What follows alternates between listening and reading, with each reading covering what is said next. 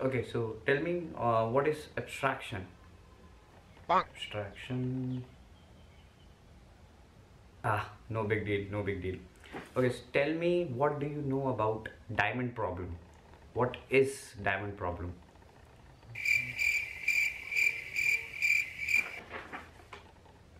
What do you know by abstract class? Sir जब abstraction ही नहीं आता तो abstract class कैसे बताऊंगा? Alright, so that was all for the interview. Now you may ask me any question if you have. तो एक बार reject हो जाने के बाद दोबारा आपकी कंपनी में कितने टाइम बाद अप्लाई कर सकते हैं? Are you comedy me? So अगर आप नहीं चाहते हैं कि आपके हाल इस भाई की तरह हो, then you should consider studying OOPS before going into a real interview. So hello everybody, and in today's video we will be talking about OOPS कि क्या है OOPS, क्यों है OOPS, अगर है तो ज़रूरी क्यों है, एंड ज़रूरी किस काम के लिए ज़रूरी है कि it is asked in interviews. So start करते हैं. OOPS stands for Object Oriented Programming. So Object Oriented Programming is basically a technique through which we can represent real world objects into programming world. सो यही reason है कि ये इतना ज़्यादा पूछा जाता है इंटरव्यूज़ में, बिकॉज एट दी एंड हम प्रोग्रामिंग कर क्यों रहे हैं? Because we want to solve real life problems using computers. Real world objects को कंप्यूटर पे या फिर डिजिटल वर्ल्ड में या फिर प्रोग्रामिंग वर्ल्ड में आपको उसको रिप्रेजेंट करना आना चाहिए, बिकॉज प्रॉब्लम सॉल्व तभी होगी जब आप उसको रिप्रेजेंट कर पाओगे कंप्यूटर जोन में. तो यूजिंग क्लासेस एंड ऑब्जेक्ट्स हम ये टेक्निक यूज करके हम रियल वर्ल्ड प्रॉब्लम सॉल्व करते हैं. So this is the reason why it is so important. The other thing is कि जो भी कोड लिखा जाता है एक बारी वो रिवाइज होता है, या उसमें एडिशंस करने होते हैं, या उसमें कुछ मॉडिफिकेशंस करने होते हैं. So one of the pillars of OOPS is inheritance. आप कुछ इनहेरिट कर सकते हो and then you can make changes. आपको सब नया बनाने की जरूरत नहीं है फ्रॉम स्क्रैच. सो ये एक बहुत इंपॉर्टेंट फीचर है, and that is why OOPS is so much asked in the interviews. So one common quick question can be कि जो हम commonly programming languages use करते हैं like C++, Java या Python, तो are they object oriented programming languages? Do they support OOPS? तो yes. but अगर यही मैं आपसे पूछूं कि are they purely object oriented programming languages, then the answer would be no. Why? Because Python में it doesn't support encapsulation. Java में it has some primitive data types, so आप उनको नहीं कर सकते हो. And in C++ the main function is written outside the class. So अगर आपसे पूछा जाए कोई एक लैंग्वेज का नाम बताओ that is considered as a pure OOP language, so you can answer small talk. तो small talk is considered as the first purely object oriented programming language. And if you want to know more about it, you can Google and read about it. Abstraction means hiding the complexity and hiding the implementation and showing only the functionalities या जो भी related है user से. आप सिर्फ user को उतनी ही जानकारी दे रहे हैं जितने उसके काम की है, and remaining everything is hidden. So it is the most important pillar of OOPS कि जो ये ही नहीं सपोर्ट करेगा. ये तो बहुत बेसिक पिलर है, मतलब this functionality should be followed by every object oriented programming language. तो अगर मैं इसका एक रियल वर्ल्ड एग्जांपल लूँ, so let suppose you go to Domino's. तो वहाँ पे क्या होगा, जैसे आप जाते हो तो if you want to order something तो वो आपको एक मेन्यू देगा. तो उस मेन्यू में आपके काम की चीज़ क्या है, वो मेन्यू एंड उससे रिलेटेड चीज़ है कि उसमें क्या क्या है. But he is not showing you his kitchen या फिर वो कैसे बन रहा है. So he is basically hiding the complexity and hiding the part that is not essential for you. He is only showing you the things जिससे आपको मतलब होना चाहिए. So this you can see the real world example of abstraction. Also how abstraction is implemented. तो अगर हम same example पे जाएं, तो if you want to place an order, तो आप उस काउंटर वाले बंदे के पास जाओगे and you will tell him कि हाँ मुझे ये चीज़ें ऑर्डर करनी है. So he is acting as an intermediate या फिर एक इंटरफेस की तरह वो काम कर रहा है, जो कि किचन से और यूज़र से इंटरैक्ट कर रहा है. तो that is you can consider as an interface. And programming में भी जो एब्स्ट्रैक्शन होता है that is implemented either through an abstract class या फिर एक इंटरफेस के थ्रू. तो ये काफ़ी एक रेलिवेंट एग्जाम्पल आप बोल सकते हो रियल वर्ल्ड में, जो कि एब्स्ट्रैक्शन शो कर रहा है. Coming to the second pillar of OOPS, that is encapsulation. So encapsulation means encapsulating या फिर binding of data members and member functions together.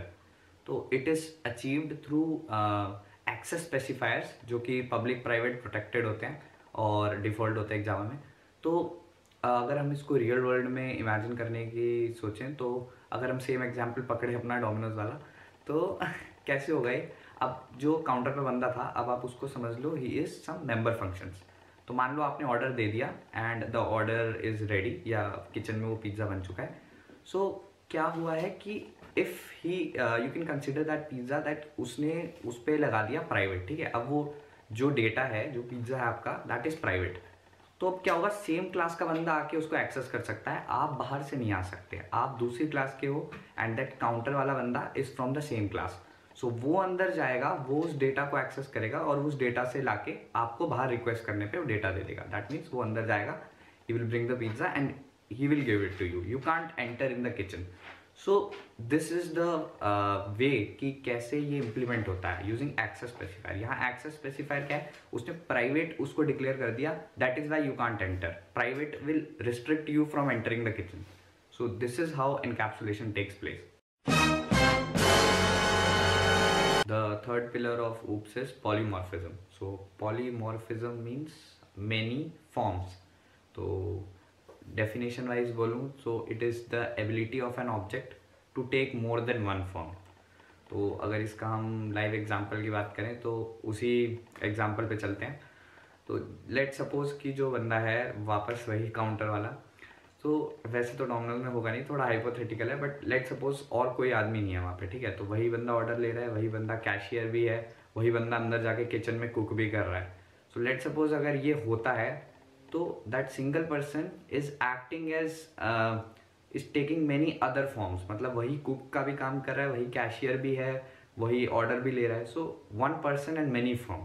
So this you can C is an example of polymorphism. तो generally जब ये polymorphism की बात होती है so the next question that comes up is run time and compile time polymorphism. तो ये generally बहुत पूछा जाता है. जब भी पॉलीमॉर्फिज्म पूछेंगे तो the next question will be difference, tell me the difference between compile time and run time polymorphism. In compile time the call is resolved at compile time and in runtime the call is resolved at runtime. It is also known as compile time is also known as static binding या फिर early binding, whereas runtime is known as dynamic binding या फिर late binding. compile time में method overloading होती है and runtime polymorphism में method overriding होती है. तो ये थोड़े बेसिक एग्जांपल है. हाँ, एक चीज़ अगर आपसे पूछा जाए एग्जीक्यूशन किसका फास्ट है तो of course compile time polymorphism का, बिकॉज वो कंपाइल टाइम पे हो जाती है and it takes place as dynamic binding takes place at run time. तो ऑफ कोर्स वो पहले हो जाती है, then execution is fast in compile time polymorphism. तो ये मैंने थोड़ा ऊपर से बता दिया, but it's very famous interview problem. तो आप इसके बारे में थोड़ा पढ़ लेना, बिकॉज ये पूछी जा सकती है, बहुत हाई चांसेस है इसके पूछे जाने के. The final pillar of OOPS is inheritance. तो इनहेरिटेंस होता है the property of creating a new class and inheriting something from some pre existing classes. मतलब आप कुछ फंक्शंस या फिर कुछ फीचर्स आप एक एग्जिस्टिंग क्लास से ले रहे हो and you are creating a new class. So this is called inheritance, inheriting something from the parent class and creating a child class. तो this is the fourth pillar of OOPS. उसी example पे चलते हैं. तो let suppose मैं cook हूँ, मुझे एक नया पिज्ज़ा बनाना है. ठीक है, तो जो मैं नया पिज्ज़ा बनाऊंगा उसमें बेस तो सेम ही होगा जो पुराने पिज्ज़ा का था. जैसे मैं पुराने पिज्ज़ा बनाता हूँ मैं वही सेम बेस लूँगा, मे बी उसके बाद मैं चीज़ भी सेम ही रखूँ उसमें. अब बदलूँगा क्या मैं उसकी टॉपिंग्स. तो क्या है, मैंने प्री एग्जिस्टिंग क्लासेस से सेम बेस सेम चीज़ ये सारी मैंने प्रॉपर्टी सेम रखी हैं. तो this is inheriting, I am inheriting something from the existing things and अब मैं उसमें मॉडिफिकेशंस कर सकता हूँ. मॉडिफिकेशंस क्या, मैं टॉपिंग बदल दूंगा, मैं कुछ फ्लेवर्स बदल दूंगा, या मैं उसमें मतलब बहुत माइनर चेंजेस करूंगा, या फिर जो भी सिग्निफिकेंट चेंजेस भी करूँ, but something I am having something from the parent class, या मैं पुरानी किसी चीज़ से वो एज इट इज़ इनहेरिट कर रहा हूँ. सो this is use of inheritance. तो इनहेरिटेंस के बाद यार एक बहुत ही फेमस प्रॉब्लम है, दैट इज डायमंड प्रॉब्लम. तो ये काफ़ी बार बच्चों से पूछी जाती है कि एक्सप्लेन द डायमंड प्रॉब्लम. तो डायमंड प्रॉब्लम क्या होता है, मैं थोड़ा ट्राई करूँगा एक्सप्लेन करने की। सो लेट सपोज एक क्लास है, ठीक है, अभी एक बेस क्लास है, मैं लेट से इसका नाम ए बोलता हूँ, ठीक है। तो एक ए क्लास है, अब दो क्लासेस मान लो आप बी एंड सी, ठीक है। बी ने भी ए से इनहेरिट किया, सी ने भी ए को इनहेरिट किया, ठीक है। तो अब ऐसे ए क्लास, बी यहाँ पे एंड सी यहाँ पे, ठीक है, ए बी सी। तो let suppose I am creating a new class that is D, and D ने इनहेरिट किया बी एंड सी दोनों को, ठीक है। तो अब ये कुछ ऐसे बनेगा, जैसे ए यहाँ पे है, बी एंड सी ने ए को इनहेरिट किया एंड डी ने बी और सी को। तो ए के जो कॉमन फीचर्स हैं वो बी में भी हैं, सी में भी हैं। नाउ अब मैं डी से कोई फंक्शन को कॉल लगा रहा हूँ एंड डी में सेम फंक्शन सी में भी है, बी में भी है। So the D class would be confuse कि मैं किसके मतलब फंक्शन को कॉल लगाऊं, बी के लगाऊं या सी के लगाऊं। So there will be ambiguity. तो this is known as diamond problem. और डायमंड क्यों बोलते हैं, बिकॉज इसकी आपको जब आप फिगर बनाओगे तो वो कुछ ऐसे लगेगा कि एक क्लास, दो क्लास, देन एक फाइनली एक क्लास। सो ये डायमंड प्रॉब्लम है एंड इसको रिमूव करने के अलग अलग तरीके हैं अलग अलग लैंग्वेजेस में। तो C++ में ये रिमूव होती है यूजिंग द वर्चुअल कीवर्ड। तो वर्चुअल कीवर्ड यूज़ करके आप उसको रिमूव कर सकते हो, या जो भी टेक्निक है आप वो देख लेना। और जावा में है using default methods and interfaces, whereas in Python वो मेथड ऑफ रिजोल्यूशन करके समथिंग है, मेथड रिजोल्यूशन ऑर्डर। तो मेथड रिजोल्यूशन ऑर्डर यूज़ करके आप पाइथन में रिमूव कर सकते हो। तो this is something language specific, इसीलिए मैं ज़्यादा डीप में नहीं जा रहा, because everybody is programming in different languages. आप अपनी लैंग्वेज स्पेसिफिक देख सकते हो कि आपकी लैंग्वेज में डायमंड प्रॉब्लम को कैसे हैंडल किया गया है, क्योंकि ये चीज़ पूछी जा सकती है कि डायमंड प्रॉब्लम, देन सोल्यूशन तो ऑफकोर्स अगर आपसे प्रॉब्लम पूछिए तो सोल्यूशन भी वो आपसे ही पूछेंगे। हमने इतनी सारी चीज़ें डिस्कस कर ली, तो एक अनकॉमन चीज़ भी डिस्कस कर लेते हैं, that is limitation of hoops. इतने सारे एडवांटेजेस हैं तो ऑफकोर्स कुछ लिमिटेशंस भी होंगी। तो लिमिटेशन क्या कह सकते हैं, एक कि the learning curve is steep, मतलब कि आपको बहुत सारी चीज़ें सिखानी पड़ेंगी अगर आप किसी नए डेवलपर को ऊप सिखा रहे हैं, तो लर्निंग बहुत ज़्यादा है। तो ये एक डिसएडवांटेज हो गया कि बहुत अच्छे से उसको पढ़ना पड़ेगा इम्प्लीमेंट करने से पहले। The second thing would be कि the length of program would be very much large as compare to procedural programs. ये इनके कोड बहुत लंबे लंबे होते हैं। And the third one would be number of instruction ज़्यादा हैं तो एग्जीक्यूट होने का टाइम भी ज़्यादा लगेगा, so that is slower as compare to procedural programs. तो ये तीन डिसएडवांटेजेस थे of OOPS. One eternity later.